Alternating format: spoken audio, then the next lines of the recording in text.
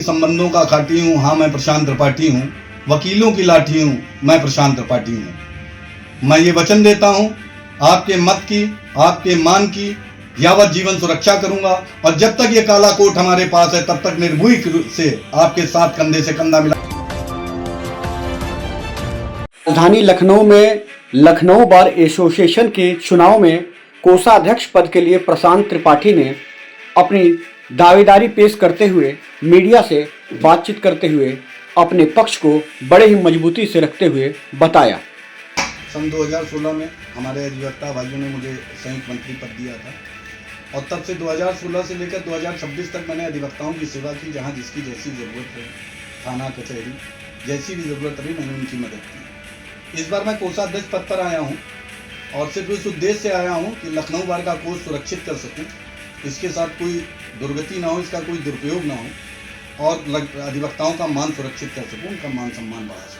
अच्छा, पूर्व में भी आप पदाधिकारी रहे हैं, संयुक्त मंत्री रहे हैं प्रशांत त्रिपाठी जी, तो कोषाध्यक्ष पद पर लड़ने की इच्छा क्यों हुई कि कोषाध्यक्ष का ही चुनाव किया जाए पद के लिए? देखिए, हमने ये देखा है कि तथाकथित, मैं नाम नहीं लेना चाहूँगा, कि एक सिंडिकेट बनता है और अधिवक्ताओं के पैसों का ही दुरुपयोग हो जाता है। उनका कोरोना पीड़ितों का पैसा आया, कोरोना पीड़ित तक नहीं पहुँचा, तो इसका मुझे बड़ा क्षोभ हुआ। मैंने आरटीआई से जवाब भी मांगा, मुझे नहीं मिला। तदोपरांत मैंने ये निर्णय लिया कि कोषाध्यक्ष पद लड़ूंगा और कोष को सुरक्षित रखूंगा, सिर्फ अधिवक्ता हित में ही ये कोष का उपयोग होगा। अच्छा, कितना सार्थक है जिस पद पे आप लड़ने जा रहे हैं, जो अधिवक्ताओं का कोष है, जो धनराशि है, वो अधिवक्ताओं के हित में कितना काम कर रही है जो पिछले लोग काम कर रहे हैं? देखिए, ऐसा है कि जो है हमारे अधिवक्ता जो भी जनप्रतिनिधि बन के जाते हैं, पदाधिकारी बनकर, वो लगभग अधिवक्ता हित में ही कार्य करते हैं। किंतु जैसे होता है कि जो है बीच में एक जो है गलत आदमी भी आ जाता है 10-12 साल में, या बीच में कोई भी एक आदमी, तो अपने छोटे से कुत्सित मानसिकता से वो हित को प्रभावित कर देता है। तो उसी से क्षुब्ध होकर मैंने कोषाध्यक्ष पद ही। तो इस बार इसमें आप क्या बदलाव करेंगे जिसको लेकर के आपको अधिवक्ता समाज? देखिए, अभी हमारे पास अधिवक्ताओं के लिए बहुत सारी चीज़ें हैं, जैसे क्लेम है, मेडिक्लेम है, ये नहीं मिला है, इंश्योरेंस नहीं मिल रहा है।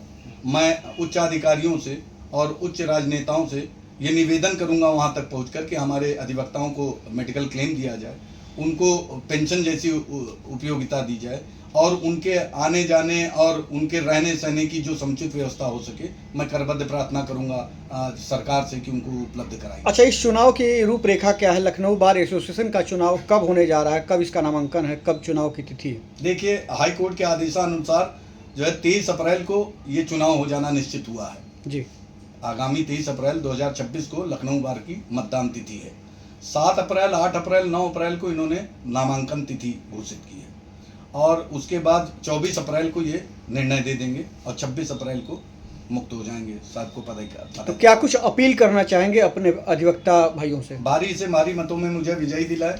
मैं ये वचन देता हूँ आपको कि आपके सम्मान की, आपके मत की सुरक्षा करूँगा, और जीवन भर मैं इस सम्मान का जो है उत्तरदायी निभाऊंगा। जीवन भर मैं ऐसा कोई कृत्य नहीं करूंगा जिससे अधिवक्ताओं की स्थिति दयनीय हो। मैं हमेशा उनके बल को बढ़ाऊंगा। साहब, हाल में देखा गया है कि कई अधिवक्ताओं के ऊपर कई प्रकार के हमले भी होते हैं बीच बीच में, तो क्या आप लोग अधिवक्ता प्रोटेक्शन बिल की भी मांग करेंगे? बिल्कुल बिल्कुल। ये हमारी जो मात्र संस्था बार काउंसिल ऑफ यूपी है, राज्य विधिक परिषद से जितने कैंडिडेट लड़ रहे हैं, 333 कैंडिडेट है वहाँ, उन सभी की एक ही सुर में राय है कि जब जीतेंगे तो हम अधिवक्ता सुरक्षा अधिनियम जरूर ले आएंगे। मेरी भी यही जो है प्रयास रहेगा, मेरा वो अंतिम प्रयास रहेगा कि मैं अधिवक्ता सुरक्षा अधिनियम जरूर पास करवाऊँ। मोदी जी, योगी जी से करबद्ध प्रार्थना है मेरी कि इस समय हो रही अधिवक्ताओं की गिरती साख, उन पर हो रहे हमले, उनकी हो रही हत्याएं बहुत दयनीय है, क्योंकि अग्रणी पंथी का अधिवक्ता होता है। समाज में जब भी कोई परिवर्तन आता है तो सबसे पहले अधिवक्ता ही होता है जो परिवर्तन की बिगुल बजाता है। लोग नारा लगाते हैं वकीलों की लाठी, मैं प्रशांत त्रिपाठी। मैं यकीन दिलाता हूं कि मैं आप अधिवक्ताओं की लाठी ही हूं। जिस तरह से चाहिए, जैसे चाहिए वैसे उपयोग कीजिए। 24/7 मैं आपके लिए मुक्त रूप से खड़ा हूं। मैं पुनः अपील करता हूं कि मुझे भारी मतों से विजयी बनवाएं। मैं आपके मत और सम्मान दोनों की आजीवन सुरक्षा करूंगा। धन्यवाद।